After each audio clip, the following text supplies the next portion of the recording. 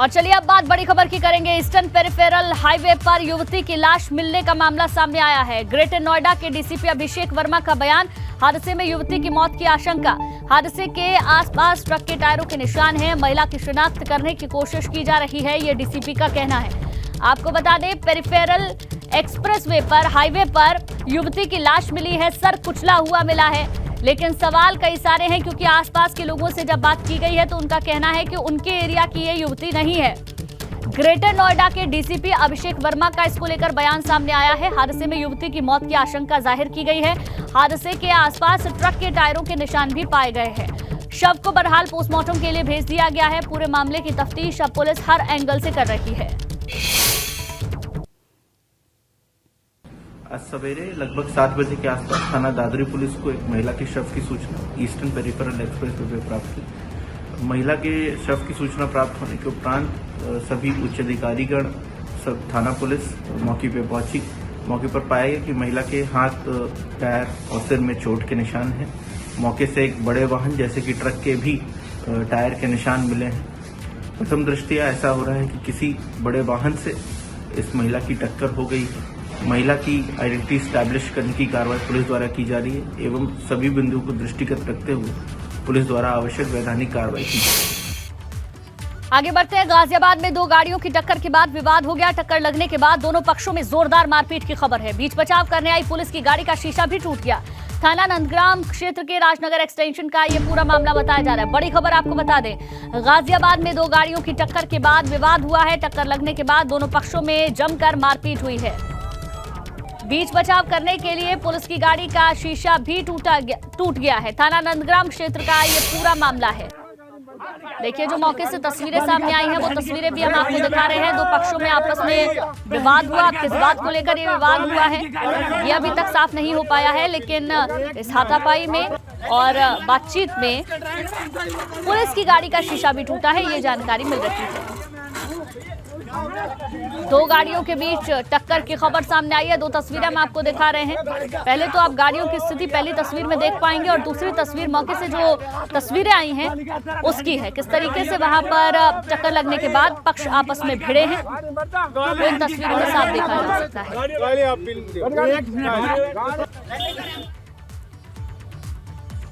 अगली खबर ग्रेटर नोएडा से, जहां मुठभेड़ में मारा गया इनामी बदमाश कपिल। एसटीएफ और बिसरख पुलिस की संयुक्त कार्रवाई, जहां योगेश बड़ौदा गैंग का शार्प शूटर कपिल बसी मुठभेड़ में मारा गया है।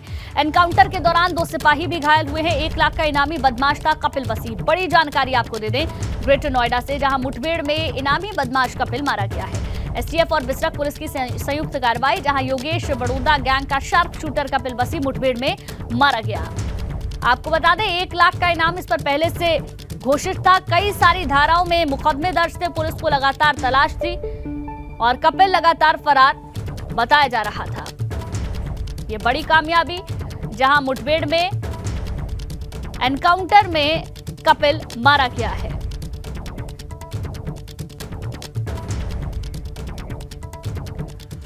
तो 1 लाख का इनामी ढेर हो चुका है। ग्रेटर नोएडा में एक बदमाश ढेर हुआ है। आपको बता दें, इनामी बदमाश कपिल, जिस पर कई सारी धाराओं में मुकदमा दर्ज है, मुठभेड़ में ढेर हो चुका है।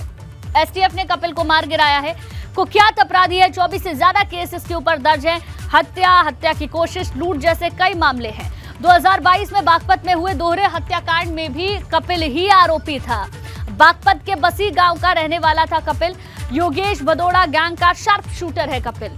मारे गए बदमाश के पास से पिस्टल भी बरामद की गई है। तो बड़ी जानकारी आपको दे दें, एनकाउंटर के दौरान 2 सिपाहियों को भी वो भी घायल हुए हैं। साथ ही साथ कपिल, जो कि आरोपी था, वो मारा गया है।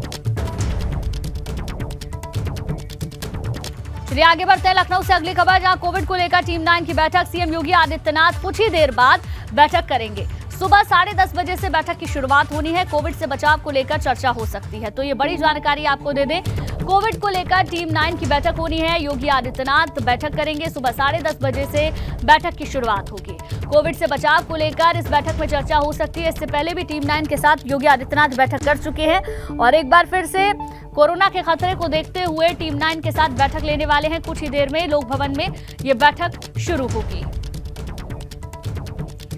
बड़ी खबर आपको बता रहे हैं, कोविड को लेकर टीम 9 की बैठक कुछ ही देर में शुरू होने वाली है। योगी आदित्यनाथ ये बैठक लेंगे। पहले भी ये बैठक टीम 9 की कोरोना को लेकर मुख्यमंत्री ले चुके हैं, जरूरी दिशा निर्देश भी दे चुके हैं। आज एक बार फिर से ये बैठक होने वाली है। वहीं 3 जनवरी से राहुल गांधी की भारत जोड़ो यात्रा का दूसरा चरण शुरू होगा। गाजियाबाद के लोनी से भारत जोड़ो यात्रा की शुरुआत होगी। भारत जोड़ो यात्रा को लेकर कांग्रेस की सभी तैयारियां पूरी। यात्रा में शामिल होने के लिए आज कार्यकर्ता भी रवाना होंगे। प्रयागराज, वाराणसी, कानपुर, लखनऊ में रवाना होंगे। बड़ी खबर आपको बता रहे हैं, जहां भारत जोड़ो यात्रा को लेकर कांग्रेस की तैयारियां लगभग पूरी हैं। दूसरा चरण जिसकी शुरुआत आज से होगी। गाजियाबाद के लोनी से भारत जोड़ो यात्रा की शुरुआत होगी। कांग्रेस की तैयारी पहले से लगातार पूरी है।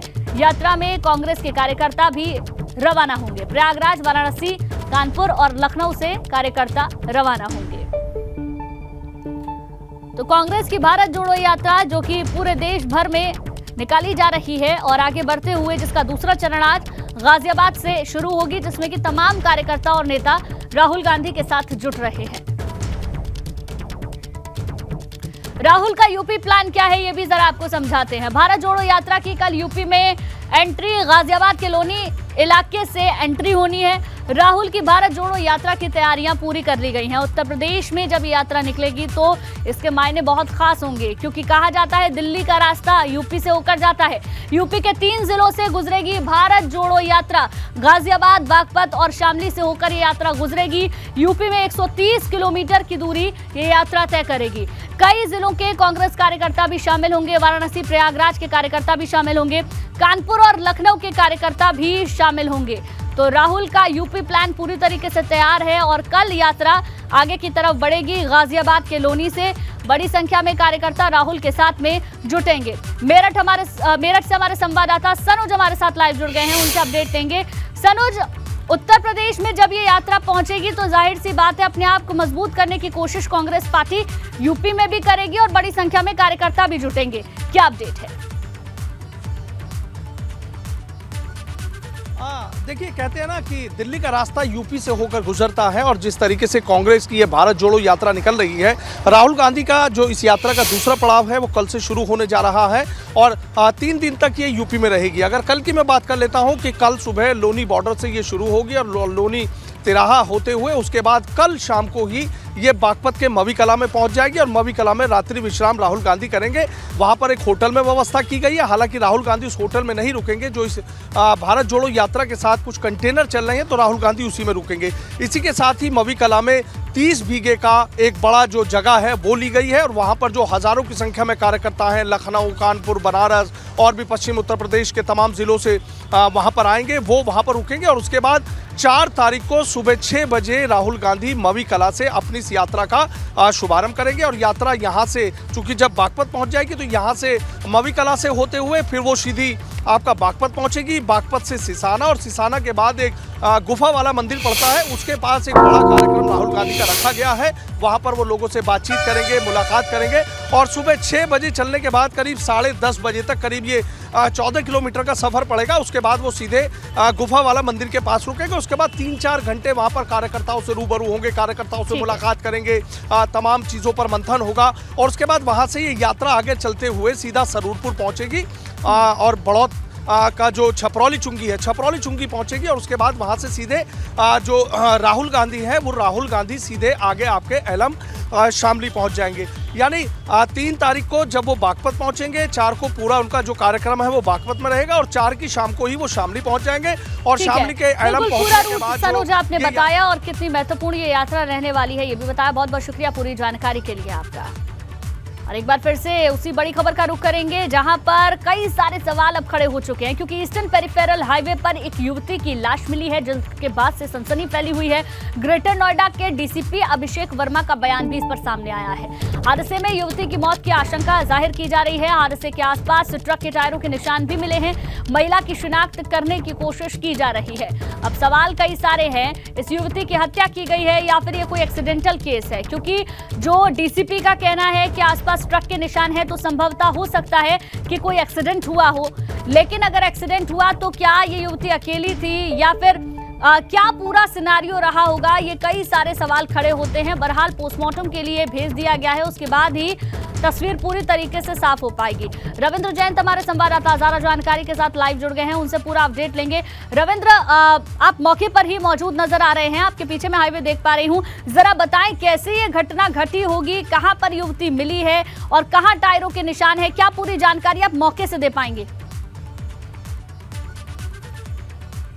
देखिए गुंजन, अभी मैं मौके पर हूँ ईस्टर्न पेरिफेरल हाईवे पर, जहाँ पर ये हादसा हुआ है, जहाँ पर जो युवती थी उसकी बॉडी मिली है। यही वो जगह है, यही वो हाईवे है, यहीं पर बॉडी मिली थी। एडीसीपी और इंस्पेक्टर दादरी मौके पर हैं और मुआयना कर रहे हैं। लगातार जिस तरह से जो ये घटना के बाद से ही ये पूरी घटनाक्रम हुआ है। देखिए यहाँ पर जो बॉडी के कुछ अवशेष हैं यहाँ पर पड़े हुए हैं। और बता दें कि ये सामने ही बाजू में ही जो गांव पड़ता है, हो सकता है पुलिस ये भी कयास लगा रही है कि इस गांव की वो महिला हो सकती है, लेकिन अभी तक किसी तरह से पहचान नहीं हो सकी है। ठीक है, बिल्कुल बिल्कुल रविंद्र, फिर से जुड़ने की कोशिश करेंगे। तो तस्वीरें आप दिखा रहे थे, वो कौन थी, क्या थी? ठीक है, फिर से लौटेंगे रविंद्र के पास। तो ये बड़ी जानकारी आपको दे दे, जहां ईस्टर्न पेरिफेरल हाईवे पर युवती का शव मिला है, पुलिस वहां पर पहुंची हुई है और पूरे मामले की तफ्तीश की जा रही है। शव को पोस्टमार्टम के लिए भेज दिया गया है। डीजीपी का अब इस पूरे मामले में कहना है। रविंद्र जुड़ गए हैं हमारे साथ, एक बार फिर से रविंद्र का रुख करेंगे। रविंद्र, अपनी बात पूरी कीजिए। जी देखिए, यही जो हाईवे पर जो है उसकी बॉडी मिली थी। पुलिस मौके पर पहुंची है, पुलिस ने सबको पोस्टमार्टम के लिए भेज दिया है। टायर के निशान है, यानी कि पुलिस जो है हादसा बता रही है कि वो युवती जो महिला थी वो हाईवे पर पहुंची, किसी जो बड़े वाहन यानी कि ट्रक हो सकता है उसने उसको बचाने की कोशिश की हो, लेकिन उसकी चपेट में आ गई हो। उसके बाद जो है ये हादसा हुआ हो। लेकिन मौके पर भारी पुलिस फोर्स पहुंची है, एडीसीपी है, इंस्पेक्टर है और वो जायजा ले रहे हैं कि घटना आखिर क्या थी। लेकिन जो आसपास के जो गांव हैं उनमें पहचान की अपील की जा रही है युवती की। अभी तक पहचान नहीं हो सकी क्योंकि उसका जो चेहरा था, जो महिला का चेहरा था, वो पूरी तरीके से फिसल गया था और उसके पैर पर भी जो है मौके पर अधिकारी भी मौजूद हैं। अगर संभव हो पाए तो अधिकारियों से भी बात कीजिए, उनका क्या कहना है अभी तक की जांच को लेकर। देखिए हमारे साथ एडीसीपी भी हैं, हालांकि डीसीपी ने इस मामले में बयान दे दिया है, लेकिन हम जानेंगे। ये जो टायर बताए, टायर से ही टायर के निशान मिले यहाँ पर जो है भारी वाहनों का लेन दिखाई दे रहा है और इसमें जो गाड़ियाँ चल रही हैं, गाड़ियों की जो ब्रेक लगाने की स्थिति से पता चल रहा है कि ब्रेक लगाने के प्रयास के बावजूद जो है एक्सीडेंट हुआ है। सभी बिंदुओं पे जो है जांच की जा रही है और सीसीटीवी फुटेज और महिला की शिनाख्त की कार्रवाई प्रयास किया जा रहा है। अभी तक कहीं कुछ पता नहीं चल पाया कि महिला कहाँ से थी, हालांकि बाजू में ही गांव है, जैसे कि उससे भी आपने पहचान सभी बिंदुओं की जानकारी की जा रही है। देखिए आप थे एडीसीपी, आपका साफ कहना है कि सभी बिंदुओं पर जांच की जा रही है। ये कोई हादसा हो सकता है और सभी पहलुओं पर पुलिस जांच करे, लेकिन ये बड़ा सवाल ये भी उठता है कि आखिर वो महिला यहाँ पर पहुंची तो किस लिए पहुंची? अकेली थी, क्योंकि उसके पास से कोई मोबाइल नहीं मिला, किस तरह का कोई वाहन नहीं था और पास में ही गांव है। गांव के लोग उससे पहचानने के लिए क्यों नहीं पहुंचे? यह लगातार इस तरह का जो है बड़ा सवाल बन रहा है। और ये भी कि पुलिस इस मामले में जो टोल प्लाजा है वहाँ पर जो सीसीटीवी लगे हुए हैं उनसे भी पहचान करने की अपील कर रही है लगातार। जिस तरह से जो हादसा हुआ है, देखिए ये जो हाईवे है ये सीधा बागपत की तरफ से आता है, इसी पर जो है यहाँ पर ये हादसा हुआ है। गांव के भी कुछ लोग, हम बात करेंगे, गांव के भी कुछ लोग यहाँ पर मौके पर पहुंचे हैं उनसे कि चाचा ये बताइए कि एक बॉडी मिली है, क्या वो बॉडी आपके गाँव की है? कोई महिला पहचान हुई क्या? हमारे यहाँ की नहीं है, यहाँ पड़ी थी। यहाँ पे सुबह पुलिस वाले आए, उन्होंने बताया था। तो जी आप लोग तो से पूछने की अपील की, मतलब गई पुलिस आपके पास? हाँ पूछी, यहीं पूछी, काम के और कुछ बंदे बुलाए थे। तो आपके गांव की नहीं लगती वो महिला? ठीक है, हमारे गांव की। ठीक है, गांव वालों का ये कहना है कि उनके गांव की महिला नहीं है। पुलिस का ये कहना है कि वो शिनाख्त कर रही है, हर पहलू पर जांच की जाएगी। बहुत बहुत शुक्रिया रविंद्र आपका पूरी जानकारी के लिए।